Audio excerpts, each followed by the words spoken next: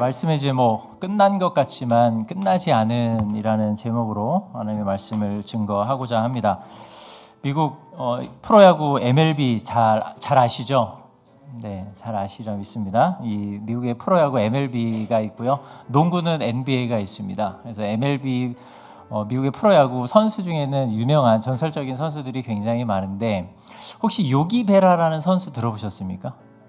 안 들어보셨습니까? 네. 자, 요기 베라라는 선수는 혹시 MLB에서 유명한 팀 하면은 어떤 팀이 아시는 팀 있으신가요? 시카고 컵스. 아, 그거는 농구고요. 네. 야구 중에는 그렇죠. 뉴욕 양키스가 있고 또 라이벌인 뉴욕의 매치가 있죠. 예. 그 뉴욕에는 이제 두 팀이 굉장히 유명한 팀이고 이제 라이벌 팀인데 이제 뉴욕 매치 선수 중에 이제 요기 베라라는 선수가 있었습니다. 이 요기 베라가 포지션이 포수였었습니다. 포수였었는데 메이저리그 역사상 이 월드 시리즈 챔피언십 우승 반지를 10개를 낀 사람은 이 요기 베라밖에 없다라고 이야기를 합니다. 그래서 요기 베라가 선수로서 아주 엄청난 성적을 거둔 다음에 그가 은퇴를 하고 뉴욕 양키스에 이 선수는 이제 뉴욕 양키스 선수입니다. 뉴욕 양키스에 이제 요기 베라라는 선수가 있었는데 이 선수가 은퇴를 하고 처음으로 감독직을 받은 이 팀이 바로 뉴욕 양키스였었습니다. 그런데 뉴욕 양키스에서 선수 생활을 했고 감독 생활을 하다가 나중에 팀을 옮기는데 어디로 갔는지 아십니까? 어디로 갔냐면 라이벌인 팀, 이 뉴욕 매치로 가게 됩니다. 그래서 이제 뉴욕 매치와 뉴욕 양키스가 당시에는 이렇게 지금은 보스턴 레드삭스랑 양키스가 엄청나게 이제 라이벌인데 당시에는 뉴욕 매치 이제 같은 연고지 안에 있다 보니까 그 어떤 이 경기 과열이 될 때도 있었었고 또 라이벌 관계에서 있었던 팀이 바로 이 두 팀인데 그 중에서 이 요기 베라 선수가 선수 생활을 마치고 뉴욕 매치에 감독으로 갔을 때에 1973년입니다. 1973년에 그가 뉴욕 매치에 있을 때에 그 팀이 굉장히 이제 우승에서 좀 멀어지게 되고 있었습니다. 그래서 동부 지구에서 제 말을 이해 못 하셔도 괜찮습니다. 동부 지구에서 1등 팀 다 이해 못 하고 계시는 것 같아서 눈치를 빨리 채고 제가 넘어가겠습니다.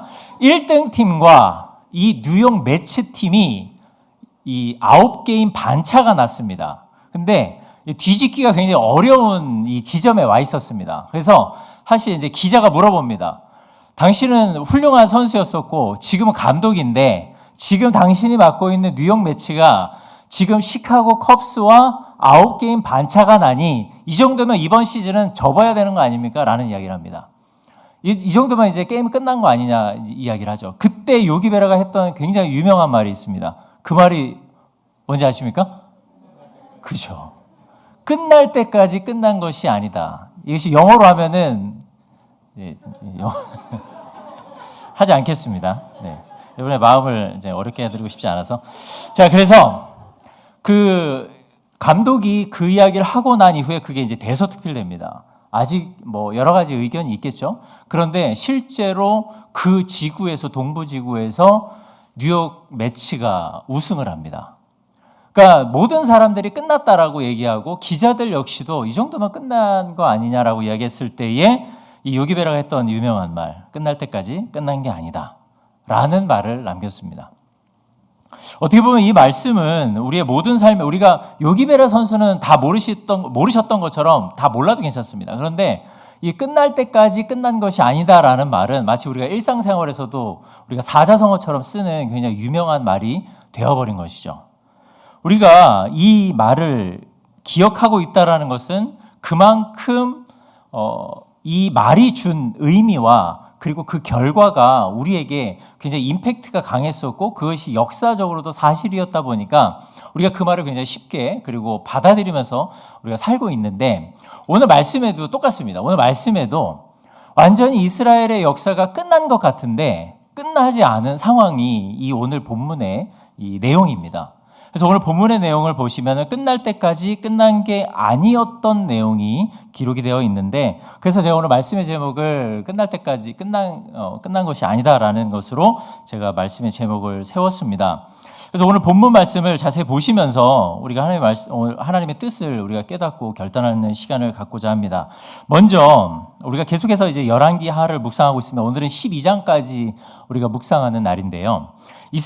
이스라엘이 다윗 시대에 통일 왕국을 이룬 이후에 그의 아들 르호보암 때에 남과 북이 나뉘어지게 됩니다. 북쪽은 여로보암, 남쪽은 르호보암으로 이제 두 나라가 분열이 되게 되죠. 그 분열이 된 이후에부터는 이제 남쪽의 왕들과 북쪽의 왕들이 교차해서 열왕기에서는 기록이 되어 있고요. 그리고 역대기를 넘어가게 되면 남유다를 중심으로 해서 역사의 내용들이 기록이 되어 있는데, 우리가 지금 열왕기 하를 묵상하고 있기 때문에 남쪽의 왕도 있지만 북쪽의 왕도 언급이 될 때가 있습니다. 그래서 사실은 남쪽 왕과 북쪽의 왕, 이거 제가 한 2년 전쯤에 한 번 더 수요 설교 때도 왕에 대해서 한번 말씀을 드린 적이 있었거든요. 근데 그때도 남유다에 대한 이야기를 나누었었는데, 그때는 이제 역대기 설교였었습니다. 그때 역대기 말씀을 전하면서 왕들을 언급했었는데, 오늘은 이제 열왕기 하인데, 오늘도 똑같이 이제 남유다의 왕들에 대해서 언급을 하고 있는 부분입니다. 특별히 우리가 이 역대하랑 열왕기 상하를 이해하기 위해서는 왕들을 좀 기억을 할 필요가 있습니다. 그래서 시간이 좀 되면은 저희가 남유다의 이제 열국 왕들을 다 좀 알고, 그래서 그 시대가 어떻게 맞아떨어지고 그 시대에 남쪽에서는 어떤 일이 있고 북쪽에서는 어떤 일이 있었는지를 좀 알면은 이 열왕기상부터 역대기까지가 한눈에 좀 들어오게 될 것 같은데, 제가 시간상 이 왕들을 다 논할 수는 없고, 제가 이전에 했었던 이야기인데 혹시 그때 내용을 기억하십니까? 왕들에 대한 내용 기억 안 나시죠? 네, 그래서 다시 준비했습니다. 근데 제가 그때는 그때 유다의 왕들을 이야기할 때 제가 어느 왕까지 했는지를 잘 기억이 안 나는데, 오늘 본문까지만 좀 이야기를 해보도록 하겠습니다. 오늘 본문에 나와 있는 이 요아스 왕까지만 좀 이야기를 나눠보도록 하겠습니다. 왜냐하면 제가 하는 이유가 있습니다. 단순히 왕을 이런 왕들이 있었습니다라고 이야기하는 것이 아니라 그 왕들이 한 일 때문에 오늘 이 일이 벌어진 것이기 때문에 제가 왕에 대해서 좀 잠깐 설명을 드리도록 하겠습니다. 유다의 첫 번째 왕은 제가 좀 전에 언급했다시피 르호보암이었습니다. 이 르호보암의 특징이 있습니다. 그는 자신이 듣고 싶은 것만 듣는 것을 좋아했었던 사람입니다. 그래서 사람의 말을 잘 들으려고 하지 않았습니다. 그러다 보니까 그의 패착이 어디서 왔냐면은 사람의 말만 안 듣는 것이 아니라 하나님의 말씀조차도 잘 듣지 않게 되었던 왕이 바로 이 르호보암입니다. 그러니까 솔로몬보다는 조금 더 나은 왕이 될 거라고 생각을 했었는데 전혀 그렇지 않았다는 거죠.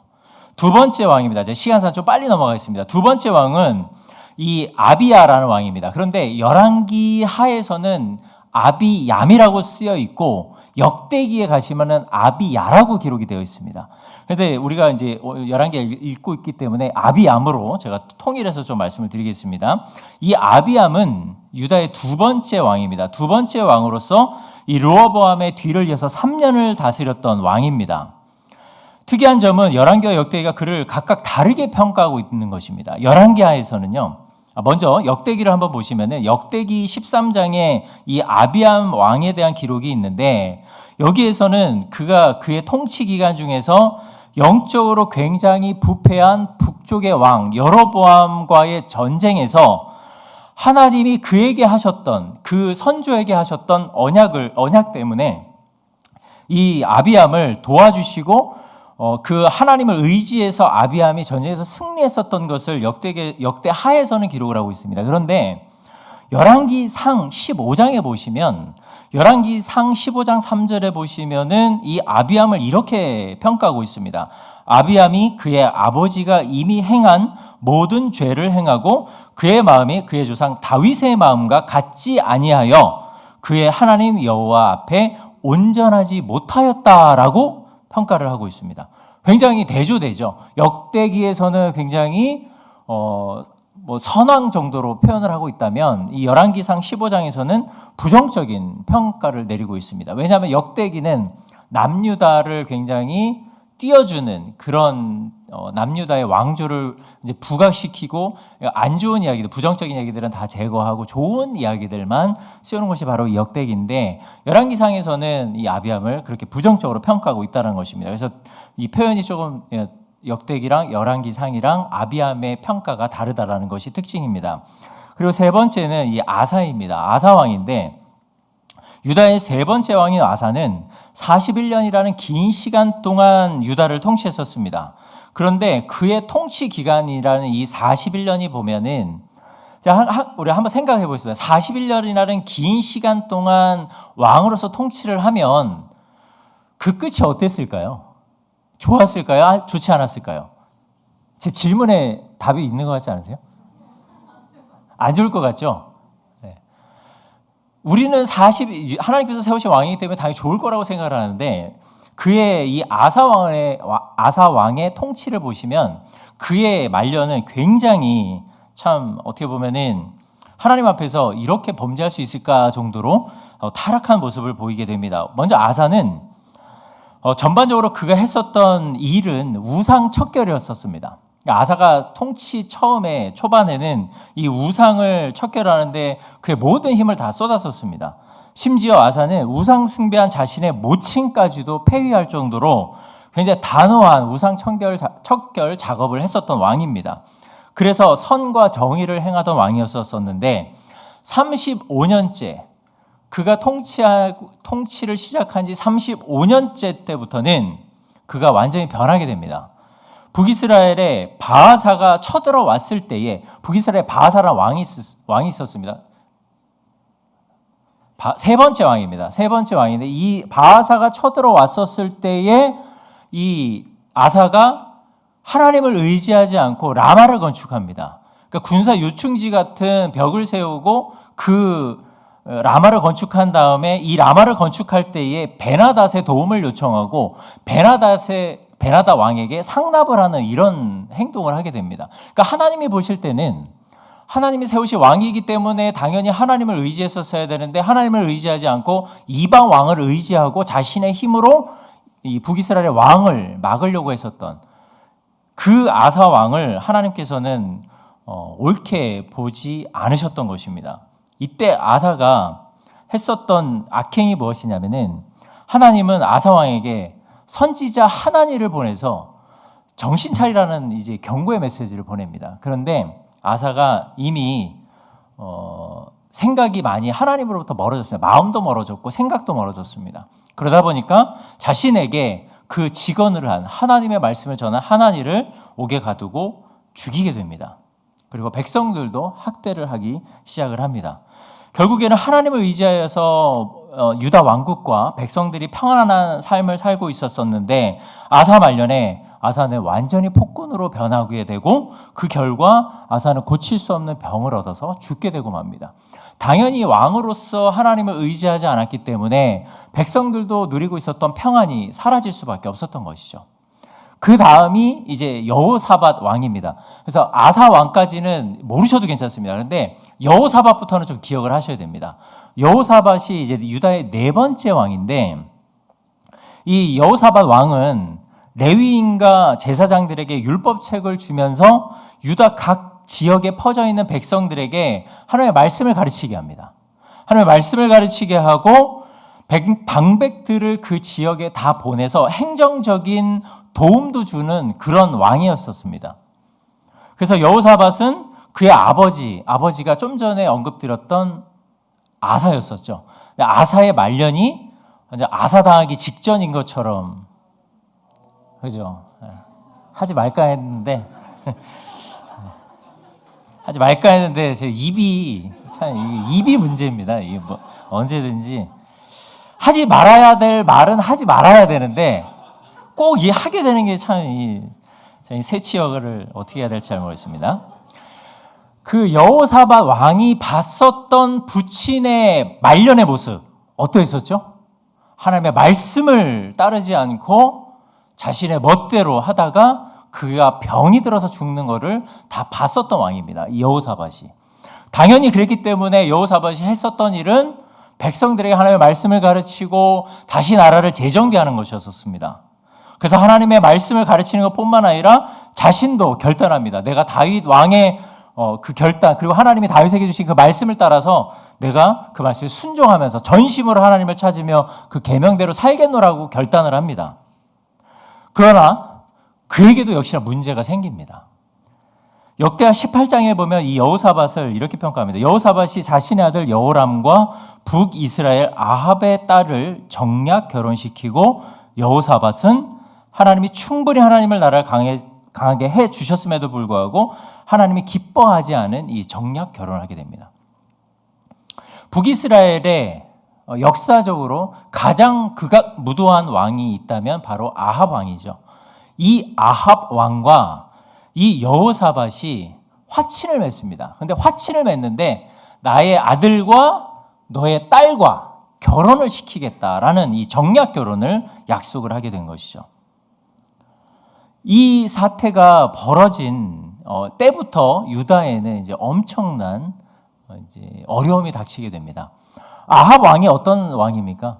제가 좀 전에 말씀드렸지만 극악무도한 왕입니다. 그리고 그의 아내가 누군지 아시나요? 이세벨이죠. 이세벨은 또 어떤 여인입니까? 극악무도한 여인이죠. 그의 딸이 누구겠습니까? 아달랴죠. 제가 이따가 말씀을 드리겠습니다. 그래서 아합과 이세벨 사이에서 난 딸 이 아달랴와 여호사밧의 아들 여호람입니다. 여호사밧의 아들 여호람과 아달랴와 결혼을 시키겠다. 근데 아달랴가 어떤 우상을 숭배하던 여자입니까? 네? 바알? 네, 우리가 알고 있는 이제 바알과 아세라죠. 네. 이 바알 숭배자였던 아달랴가 유다에 들어오니 어떻게 됩니까? 어떻게 되겠습니까? 당연히 유다 땅에는 이제 우상이 들어올 수밖에 없는 것이죠. 당연히 여호사밧과 아합이 화친을 맺고 우리가 정략 결혼시키겠다라는 것이 우리가 인간적인 모습으로 봤을 때는 그게 아무렇지 않은 것 같지만 그의 집안을 보고 북이스라엘이 지금 어떠한 영적 상태에 빠져 있는지를 보면 지금 여호사밧이 결정한 이 정략 결혼은 유다를 엄청난 위험으로 빠뜨리기에 충분했었던 그런 결정이었다라는 사실입니다.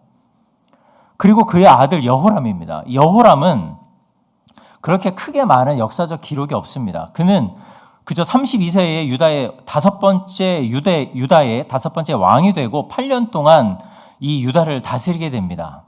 그리고 그가 선왕이었느냐? 그렇지 않습니다. 그는 아우들을 죽이고 방백 몇 사람까지도 죽이는 어떻게 보면 여호와 하나님께서 주신 그 권한 밖의 일, 그 일을 행하던 그런 악을 행하던 그런 왕이었었습니다.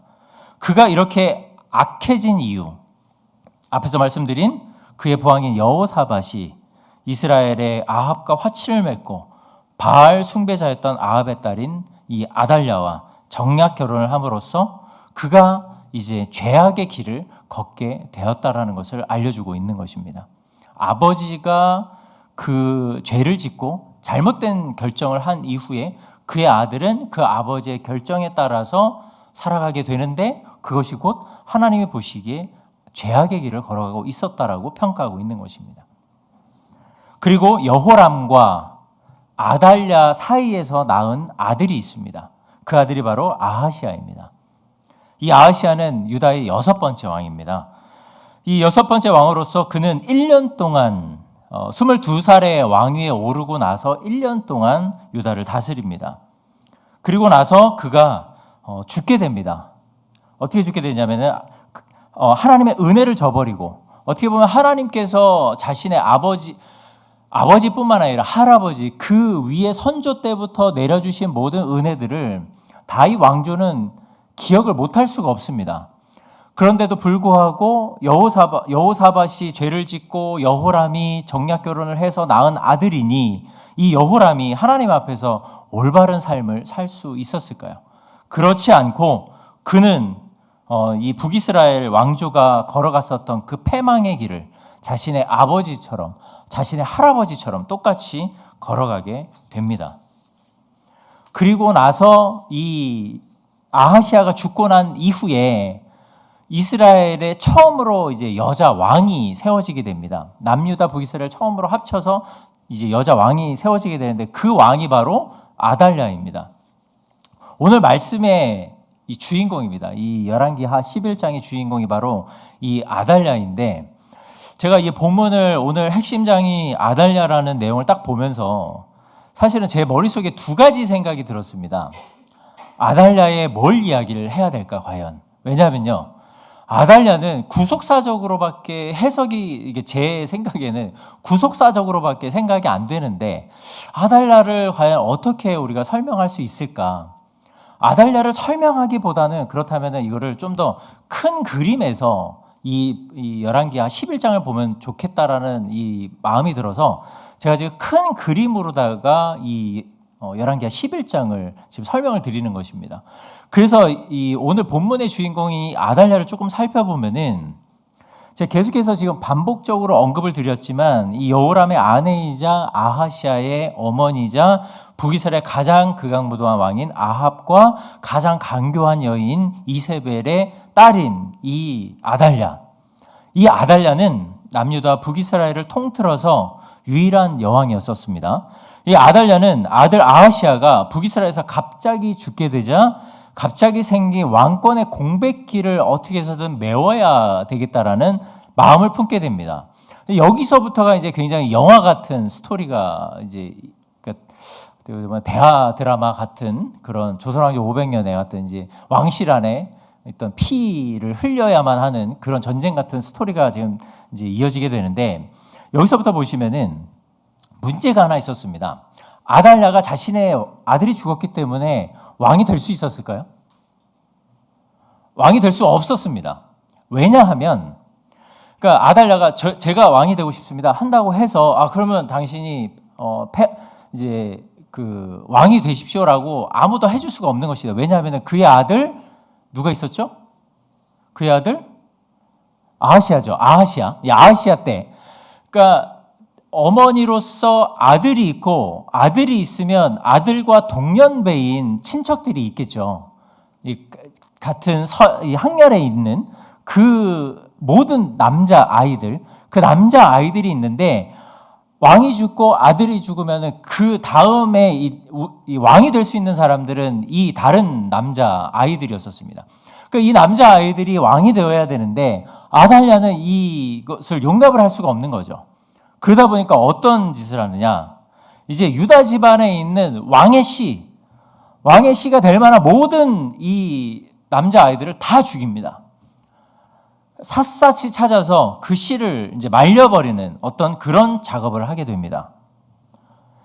그리고 나서 무자비하게 다 죽이고 난 이후에, 그러니까 어떻게 보면 그 과정을 보면은 그의 아버지 그리고 그의 어머니 아합과 이세벨을 똑 닮은 딸이 바로 이 아달랴였는데, 참 어떻게 보면은 이 아달랴가 했었던 이 모든 일들이 참 영화처럼 피를 흘려서 자신이 왕위에 오르는 그 드라마 같은, 영화 같은 그 스토리가 담겨져 있는데, 결국에는 왕위에 오르게 됩니다. 결국에 왕위에 오르게 되는데, 그렇다면 한 가지 궁금한 것은 아달랴가 지금 이렇게까지 하려고 했었던 이유, 단순히 그저 왕이 되고자 했었던 욕심 때문이었을까라는 생각을 해보게 됩니다.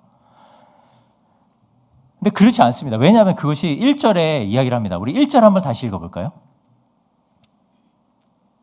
그가 했었던, 이 아달랴가 했었던 이 모든 일이 단순히 내가 왕이 되는 것이 나의 목표다라는 것 때문에 했었을까요? 아니요. 좀 더 큰 그림에서 이 아달랴가 한 행동을 한번 보도록 하겠습니다. 자, 우리 1절 같이 읽어보겠습니다. 시작. 아하시아의 어머니 아달랴가 그의 아들이 죽은 것을 보고 일어나 왕의 자손을 모두 멸절하였으나. 아멘. 자, 여기서 보시면은 자신의 아들이 죽었습니다. 아들이 죽으면은 뭘 해야 될까요? 슬퍼해야겠죠. 슬퍼해야 되는데 그렇지 않고 바로 곧장 행동에 옮깁니다.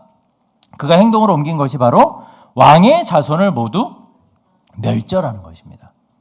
여기에서 말하는 이 자손, 이 자손이라는 말이 이 씨인데 이 히브리어로 이 째라라는 뜻입니다. 이 히브리어로 이 째라라는 이 씨라는 뜻이 어떻게 우리가 이해를 해야 되냐면은 다윗 왕조의 이 왕조의 씨를 말려버리겠다라는 것을 궁극적으로 누구를 지금 거부하고 있는 것입니까? 메시아 대신 예수 그리스도를 거부하고 있는 거죠. 그러니까 하나님이 보실 때는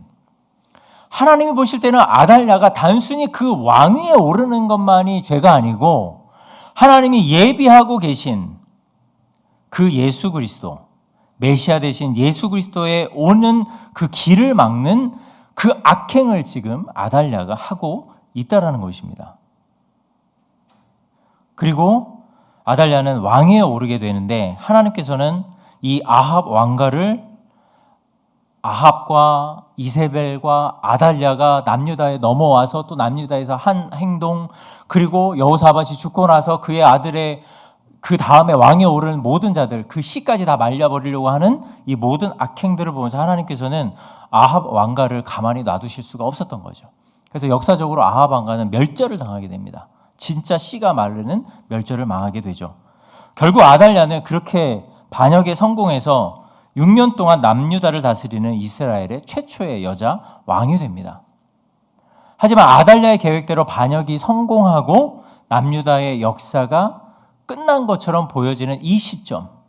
그러니까 다윗의 왕조에 속한 사람들이 지금 아달랴가 한 행동을 보면은 똑같이 생각할 수밖에 없습니다. 이제 우린 끝났다. 우리 집안은 이제 망했다라고 밖에 말할 수 없는 거죠. 더 이상 우리 왕조에서 우리 다윗의 집안에서 왕이 될 사람이 없다라는 것을 알게 됩니다. 왜냐하면 아달랴는 북이스라엘에서 온 여인이기 때문에. 그의 남편도 없죠. 그의 아들도 없죠. 아무도 없는 것입니다. 그래서 모든 사람들은 이스라엘의 남유다의 하나님의 역사는, 다윗 왕조의 역사는 이제 끝났구나 라고 생각할 수밖에 없었던 것입니다. 그런데 그렇게 끝난 하나님의 역사가 아니죠. 하나님께서는 이 행위를 당연히 사악한 행위로 규정을 하십니다. 그리고 아합 이 집안을 멸절하시는데, 이 창세기 3장 15절에 보시면은 그 말씀의 근거 때문에 너로 여자가 원수가 되게 하고 내 후손도 여자의 후손과 원수가 되게 하리니 여자의 후손은 내 머리를 상하게 할 것이요 너는 그의 발꿈치를 상하게 할 것이라는 이 말씀 때문에 하나님께서는 유다의 왕조가 그러니까 끊어지는 것을 하나님께서는 가만히 보실 수가 없었던 거죠. 가만히 놔두실 리가 없었던 거죠. 그래서 한 사람을 하나님께서는 준비시키십니다. 그 사람이 바로 2절에 기록된 여호람의 딸이자 아하시아의 누이입니다. 아하시아의 누이인 여호세바입니다. 여호세바는 자신의 남동생 아하시아의 남동생과 또 아들들, 조카들이 다 살해되는 사태들을 보게 됩니다. 그리고 아하시아의 아들들 중에서 요아스를 몰래 빼내게 되죠. 참 영화 같은 스토리인데 몰래 빼내게 돼서 모든 적들로부터 보호를 합니다. 특별히 아달랴의 손으로부터 이 요아스를 보호합니다. 그리고 비밀스러운 성소의 안에 있는 비밀스러운 곳에 이 요아스를 숨기게 됩니다. 이게 여기서 여호세바가 굉장히 저는 참 머리가 좋다라고 생각을 합니다. 왜냐하면요, 만약에 여호세바가 요아스를 안고 이 아이를 안고 만약에 성 밖으로 나갔다면, 도주를 했다면 어떻게 됐을까요? 아마 어디선가 기별이 들어가지 않았을까요? 이 아달랴에게. 워낙 이 아달랴가 악한 여인이다 보니까 어떻게 해서든 잘 보이기 위한 사람이 있었을 수도 있고 여러 채널을 통해서 아마 기별에 갔었을 것입니다. 그런데 이 여호세바가 이 요아스를 성소에 아주 비밀스러운 곳에 숨기게 됩니다. 왜냐하면요, 이 성전 안에는 제사장들만 다니는 곳이 있습니다. 그리고 아무도 다닐 수 없는, 그 외에 모든 사람들은 다닐 수 없는 곳이 있는데 그곳에 이 요아스를 피신시킨 것입니다. 그러니까 이 여호세바가 굉장히 똑똑하다라고 저는 생각을 합니다. 그리고 나서 여호세바가 요아스를 피신시켰을 때 여호세바와 함께 또 한 명을 하나님께서 준비시키십니다. 그 준비시키셨던 사람이 바로 여호야다입니다. 제사장 여호야다. 여호야다는 유다 왕국의 대제사장으로서 여호와의 제사장이었었습니다. 그리고 여호세바의 남편이기도 합니다. 그러면 그러니까 여호아스의 누이이니까 이 요아스에게는 뭐가 되죠? 고모부가 되죠. 고모와 고모부가 되죠. 고모와 고모부가 이 조카를 숨겨준 것입니다. 그리고 고모부인 이 여호야다는 그에게 하나님의 말씀을 가르칩니다. 숨겨서 가르치고 계속해서 그를 하나님의 사람으로, 다윗 왕조의 사람으로서 절대로 잊지 말아야 할 하나님의 언약을 계속해서 가르칩니다.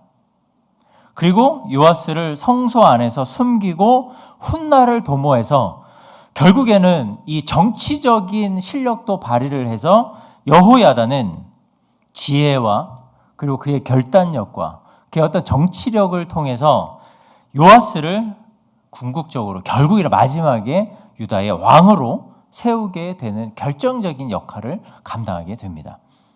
그렇게 드디어 여호야다는 6년이 지나고 7년째 되던 해에 요아스를 앞세워서 여호야다가 이제 반란을 일으키게 됩니다. 반란을 일으키게 되고 그 반란을 일으키는 내용이 이제 4절부터 8절의 내용인데 여호야다가 아달랴를 대적해서 반란을 일으킬 때 굉장히 치밀하게 준비를 합니다. 굉장히 치밀하게 준비를 해서 왕으로 세우는데 시간상 제가 읽지는 않겠지만 가릿 사람들을 데리고 옵니다. 이 가릿 사람은 역사적으로 어떤 사람이냐면 다윗 시대 때에 다윗의 호위병으로 기용이 되었던 용병 같은 자들입니다. 이스라엘 사람이 아닌 용병 같은 사람들인데 그 사람들은 다윗 왕조에 대한 충성심이 누구보다도 강했었던 사람들입니다. 그렇기 때문에 여호야다는 이 가릿 사람들을 믿었던 거죠.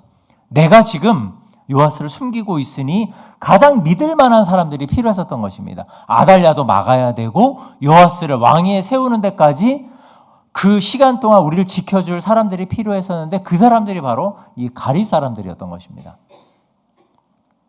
그래서 여호야다는 이 충성심 강한 가릿 사람들을 보아서 이 요아스를 나중에는 등장시키게 됩니다. 그리고 이어서 5절에서 8절에 보면 여호야다가 굉장히 치밀하게 부대를 배치시킵니다. 부대를 배치시키고 이제 요아스를 지키게 하고 9절에서 10절에 보시면 여호야다는 여호와의 성전에 있는 다윗 왕의 창과 방패를 제사장들에게 나눠줍니다. 그러면서 이제 만반의 준비가 다 끝났습니다.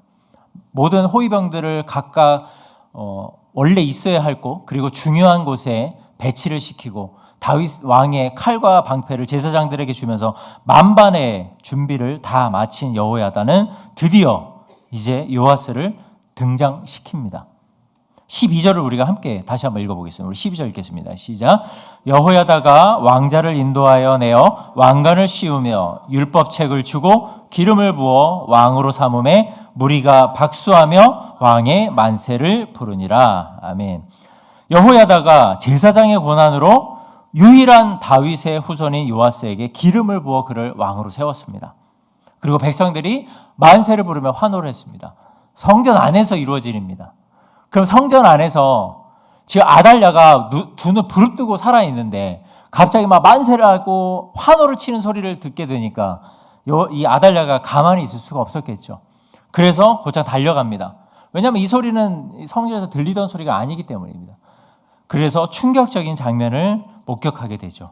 그 장면을 보고 아달랴가 14절 하반절의 기록대로 아달랴가 옷을 찢으며 외칩니다. 반역이로다, 반역이로다. 그러자 여호야다가 15절에 말합니다. 제사장 여호야다 군대를 거느린 백부장들에게 명령하여 이르되 그를 대열 밖으로 몰아내라. 그를 따르는 자는 모두 칼로 죽이라니 제사장의 이 말은 여호와의 성전에서는 그를 죽이지 말라 함이라. 성전에서는 피를 흘릴 수 없었기 때문에 그를 몰아내라고 합니다. 그리고 아달랴가 왕궁으로 돌아가는 말이 다니는 그 길에서 결국에는 아달랴를 쳐 죽이게 됩니다. 그러니까 아달랴는 말이 다니는 그 도상에서 죽임을 당하게 되는 거죠. 굉장히 비참한 죽음을 맞이하게 됩니다.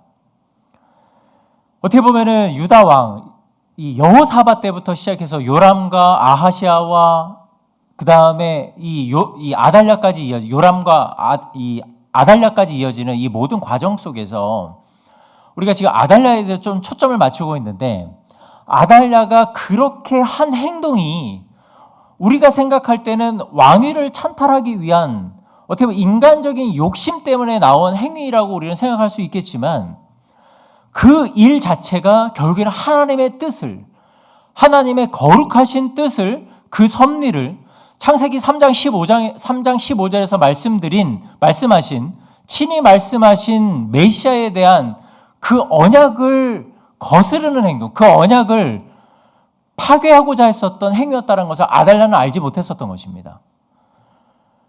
하나님께서는 그래서 아달랴가 한 행동 자체를 왕의 자리에 오른 걸 가지고 이야기하는 것이 아니라, 그가 한 행동 자체가 나의 뜻을, 나의 섭리 자체를 막는 악행으로 하나님은 간주하시고, 그 아합 자손과 아합 집안과 아달랴를 하나님은 심판하셨던 것입니다.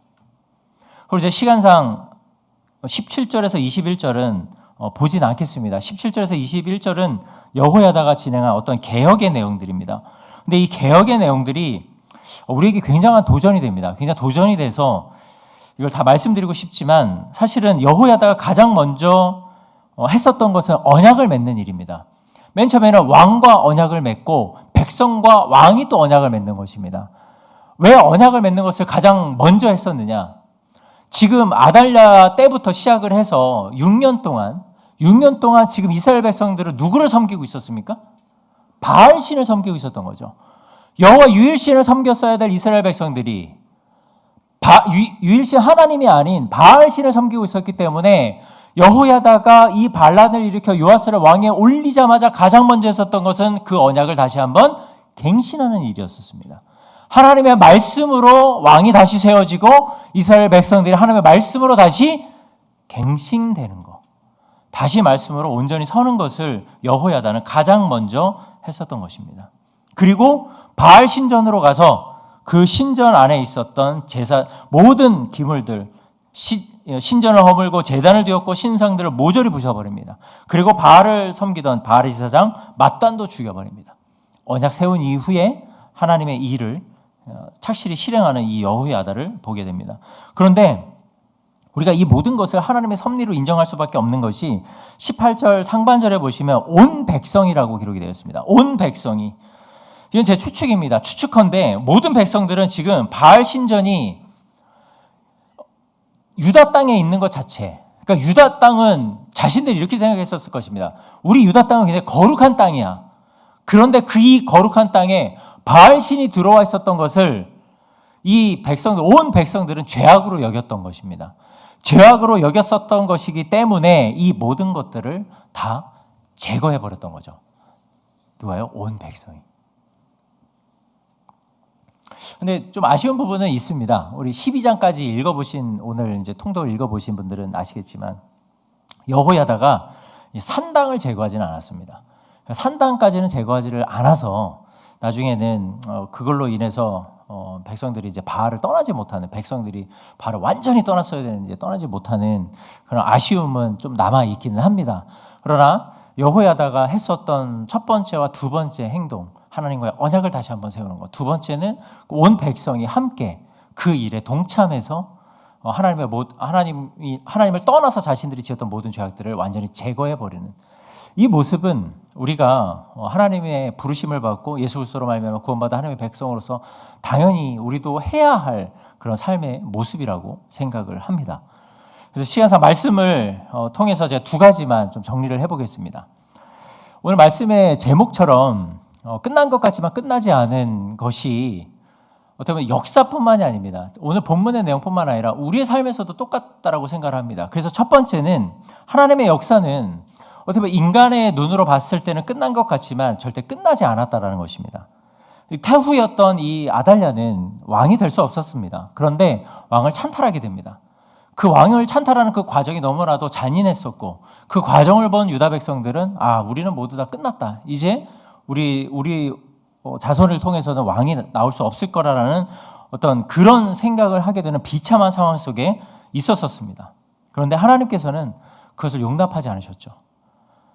여호세바를 준비시키셨고 여호야다를 준비시켰고 그리고 그 갓난아기였던 요아스를 준비시켰습니다. 하나님의 섭리는 그것으로 끝나지 않고 주도 면밀한 모든 과정 속에 여호야다가 진행했었던 그 모든 과정 속에 개입하셔서 결국에는 요아스에게 제사장으로서 기름을 붓고 그를 왕으로 세워서 이 유다의 왕조가 다시 한번 이어지는 이 일을 하나님께서는 허락해 주셨던 것입니다. 오늘날에도 어떻게 보면은 이 아합 가문처럼 아니면은 불신자들 바알을 섬기는 그런 불신자들처럼 하나님의 살아계심과 하나님의 섭리를 인정하지 않는 그런 목소리들이 점점 높아질 때가 많이 있습니다. 하나님을 대적하는 자들도 점점 더 많아지게 됩니다. 제가 얼마 전에 아티클을 하나 읽은 것이 있는데 코로나 시기 이후에 이단들이 더 많이 생겨났다고 합니다. 우리가 알 수 없는 이 이단들이 더 많이 생겨나고 그래서 지금 교회들마다 그런 이단 특강들, 이단에 대해서 더 많이 좀 공부하고 알아가는 노력들을 하고 있는 것 같습니다. 우리가 알다시피 이 코로나 때 가장 기승을 부렸던 이단 단체가 있죠. 신천지. 뿐만 아니라 여러 거기에서 파생된 이단들도 있고요. 많은 이단들이 지금 그렇게 하고 있는 것처럼 여호와를 대적하는 자들이 많아지게 됩니다. 그러다 보니까 교회의 영향력은 점점 사라지게 되는 것 같습니다. 교회의 영향력도 사라지게 되고 교회가 말하고자 하는 교회도 이제 희망이 없어. 예전에 초대 교회사를 통해서 우리가 알고 있는 것처럼 초기 우리 그 황망한 이 조선 땅에 와서 그 하나님의 말씀으로 이 땅을 새롭게 하셨던 어떤 그런 말씀의 능력, 교회의 능력 그런 것들이 이제는 사라진 것이 아닌가라는 그런 자성 섞인 그런 어떤 안타까운 목소리들이 우리 내부에서도 종종 들리게 됩니다. 안타까운 부분은 이 부분입니다. 이 이야기가 우리 내부에서도 일어나고 있다는 것입니다. 그래서 참 이게 두려운 말입니다. 우리 성도 여러분, 우리가 해야 할 말 중에 가장 두려워할 말이 있습니다. 뭐냐면요, 이겁니다. 교회는 희망이 없어. 또 하나는요, 이겁니다. 이 교회는 이제 안 돼. 희망이 없어. 이런 말입니다. 교회가 누구 거죠? 교회 주인이 누구죠? 어떻게 우리가 교회 주인이 예수라는 것을 고백을 했는데 희망이 없어라는 얘기를 어떻게 함부로 입에 올릴 수 있을까요? 굉장히 두려운 말입니다. 교회는 희망이 없고 그럴 수 있습니다. 우리의 눈에는 그럴 수 있습니다. 우리의 눈에는 그걸 판단할 수는 있겠죠. 다만 그거를 이끌어가고 그거를 끝을 맺으실 수 있는 분은 하나님이십니다. 우리가 할 수 없는 일이죠. 그렇다고 해서 그럼 교회가 하는 모든 일들 중에서 혹시 안 좋은 일이 있다면 그걸 눈 감아야 돼. 그건 아닙니다. 그렇게 될 때 우리가 목소리를 내야 될 때는 여호야다와 같은 개혁적인 행동들이 따라야 되겠죠. 그래야 다시 하나님의 역사가 시작되는 것이기 때문에. 우리가 해야 될, 제가 이렇게 말씀을 드려도 이해하시죠? 제 말의 핵심이 무엇인지를. 다 지성인들이시니까 다 이해하시라 생각을 합니다. 그런 말조차 굉장히 조심스러울 때가 있습니다. 그래서 제가 코로나 때 있었던 말 중에 제가 이제 처음 이야기하는 건데 제가 이제 다른 소모임에서 이야기했는지 모르겠는데 코로나 시기 때 했었던 말이 있습니다. 교회가 미안합니다라는 말. 기억나시나요 혹시? 교회가 미안합니다라는 말. 이게 개인적인 생각입니다. 교회는 미안할 게 없죠. 우리가 잘못한 거고 우리가 그것을 어긴 거지 교회가 미안할 일은 저는 그 말이 너무 사실 가슴 아팠습니다. 잘 동의도 되지 않았고요. 교회가 미안할 일이 아니라 좀 다른 문제였다고 저는 생각을 합니다. 이걸 어떤 정치적인 해석도 아니고요. 교회가 미안합니다라는 그 슬로건 자체에 모든 사람들이 다 열광하는 모습들을 보면서 과연 우리가 이것을 어떻게 받아들여야 될까? 굉장히 좀 깊은 생각을 좀 가졌었던 때가 있었습니다. 그런데 우리가 희망이 없다, 교회가 그 능력을 상실하고 있다라는 것은 우리의 판단일 수 있습니다. 이 교회가 예수 그리스도의 주의 몸된 교회고 이 교회 주인이 주님이라는 것을 우리가 인정하고 고백한다면 그 모든 것을 이끌어가고 그 모든 것 끝을 내는 것 또한 하나님이 하실 수 있는 일입니다. 하나님만이 하실 수 있는 일이라는 것을 우리가 인정할 때에 우리가 교회를 생각하는 마음과 이 교회된 성도로서 해야 될 우리의 사명 그리고 우리의 마음가짐이 달라지게 된다라는 거죠. 사탄은 이렇게 우리를 무기력하게 만듭니다. 그리고 우리 마음에 부정적인 마음들을 계속해서 심어주게 됩니다. 모든 것이 다 끝난 것처럼 여기게 만들죠. 그렇지만 하나님의 역사는 그렇게 끝나지 않습니다. 하나님의 역사는 그렇게 끝나지 않고 우리가 교회로 부름을 받고 하나님의 백성으로 부름받은 이상 우리가 여호세바가 될 수 있고 우리가 여호야다가 될 수가 있고 우리가 요아스와 같은 그런 왕이 될 수 있다는 것입니다. 우리가 어떠한 지금 위치에 있는지 아무도 알 수 없습니다. 다만 하나, 하나님의 역사는 지금 우리의 모습과 우리의 실력과 나의 위치와 내가 가지고 있는 것과 이런 것과는 무관하게 그런 것과는 1도 상관없이 하나님은 우리 성도님들을 각자 한 사람은 우리 주일학교 모든 아이들 또한 그렇게 준비시키고 가고 계신다라는 것입니다. 이거를 부인하는 순간 교회의 힘은 사라지게 되는 거겠죠. 근데 우리가 이것을 인정한다면 교회는 희망이 있는 거 아니겠습니까? 그럼 그 희망을 붙잡고 우리가 힘을 쏟아야 할 부분에 있어서 우리가 이제 힘을 쏟아야 되겠죠. 옆에 있는 분이 여호세바가 될 수 있는 것입니다. 옆에 있는 분이 여호야다가 될 수도 있는 것이고 우리 주일학교에 있는 아이들이 요아스처럼 그런 왕같이 하나님 앞에 하나님의 역사를 이어갈 그러한 자녀로 자랄 수 있다는 것입니다. 우리가 힘을 쏟아야 될 부분이 바로 그 부분이라고 저는 생각을 합니다. 왜요? 하나님의 역사는 끝나지 않았기 때문입니다. 마찬가지로 두 번째는 우리의 인생에서도 마찬가지입니다. 우리의 인생에서도 하나님의 역사는 끝난 것처럼 보여질 때가 많이 있습니다. 왜냐하면 우리의 현실을 한번 되돌아보면은 그럴 때가 있습니다. 하나님 앞에서 기도하고 눈물로 금식하며 세운 응답받은 어떠한 계획이 있습니다.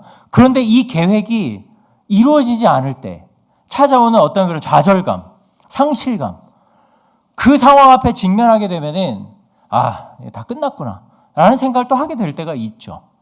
그 좌절감과 상실감은 경험해보지 않으면 사실 알 수 없는데 아마 우리 성도님들 모든 분들이 다 한 번씩은 다 경험해 보셨으라고 생각을 합니다.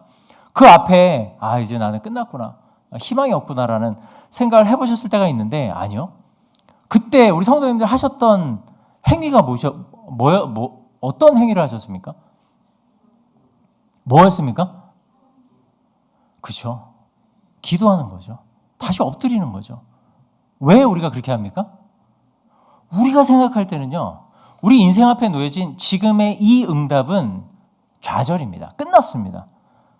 그런데 하나님의 역사는 끝나지 않았다는 걸 우리가 인정하기 때문에 다시 하나님 앞에 무릎 꿇는 겁니다. 우리가 할 수 있는 것은 다시 하나님 앞에 나아가서 무릎 꿇고 하나님께 기도함으로 말미암아 하나님의 역사를 다시 간구하는 거죠. 이 세대에 하나님의 역사는 지금도 끝나지 않고 이루어지고 있습니다. 우리의 삶에서도 동일합니다. 우리의 삶에서도 동일하게 하나님의 역사는 진행되고 있습니다. 우리가 끝난 것처럼 여기지만 그렇지 않다는 겁니다. 우리가 기도하고 있기 때문이죠. 풍전등화와 같은 우리의 어둠, 참 어떻게 앞이 보이지 않는 요동치는 우리의 삶 가운데서도 하나님께서는 아브라함에게 약속하셨던 그 약속을 아브라함 때에 실현하셨던 것처럼 모세를 통해서 약속의 땅을 들어가겠다고 하신 그 약속을 실현하신 것처럼 다윗의 언약을 오늘 본문의 이 아달 요아스의 시대 때에도 동일하게 그리고 그 이후에도 동일하게 이루어 가신 것처럼 지금 이 시대에도 동일하게 이루어 가고 계신 것처럼 우리 삶에서도 하나님은 우리에게 약속하신 그 말씀들을 그 약속들을 이루어가고 계신다는 것입니다. 쉬지 않으시고요. 끝내야 되는데 참 매번 죄송합니다.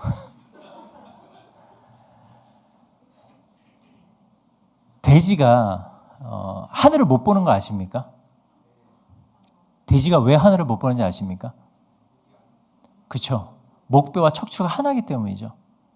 그런데 돼지가 하늘을 볼 때가 있습니다. 언제인지 아십니까? 나자빠졌을 때입니다. 그때 하늘을 보게 됩니다. 우리가 하나님을 볼 때 언제일까요? 하나님의 역사가 끝난 것처럼 여겨질 때, 아무런 희망이 보이지 않을 때 언제입니까? 하나님 앞에 엎드릴 때입니다. 하나님 앞에 엎드려 하나님을 바라볼 때입니다. 그때 하나님은 응답하십니다. 그때 하나님의 역사는 시작이 됩니다. 그것을 믿는 것이 곧 우리의 믿음인 줄로 믿습니다. 우리 사랑하는 성도 여러분, 정말 귀하신 우리 성도님들 통해서 이 세대가 변화될 수 있고 우리 교회가 더 건강하게 세워져 가고, 그리고 우리 주일학교의 아이들이 이 시대에 그저 그냥 그런 말이 아니라, 그냥 어떤 인사치레 그런 말이 아니라 축복의 이상을 넘어서 우리 아이들이 요아스와 같이 정말 하나님의 나라를 위해서 준비되는 자녀들이 될 수 있도록 우리가 마음을 모아서 우리가 그 아이들을 섬기고 그 아이들을 세우고, 또 우리도 우리 옆에 계신 성도님들 그렇게 세워가는 그런 복된 공동체가 될 수 있기를 간절히 소망합니다. 하나님의 역사가 끝나지 않았기 때문에 이 역사는 계속해서 이루어질 줄로 믿습니다.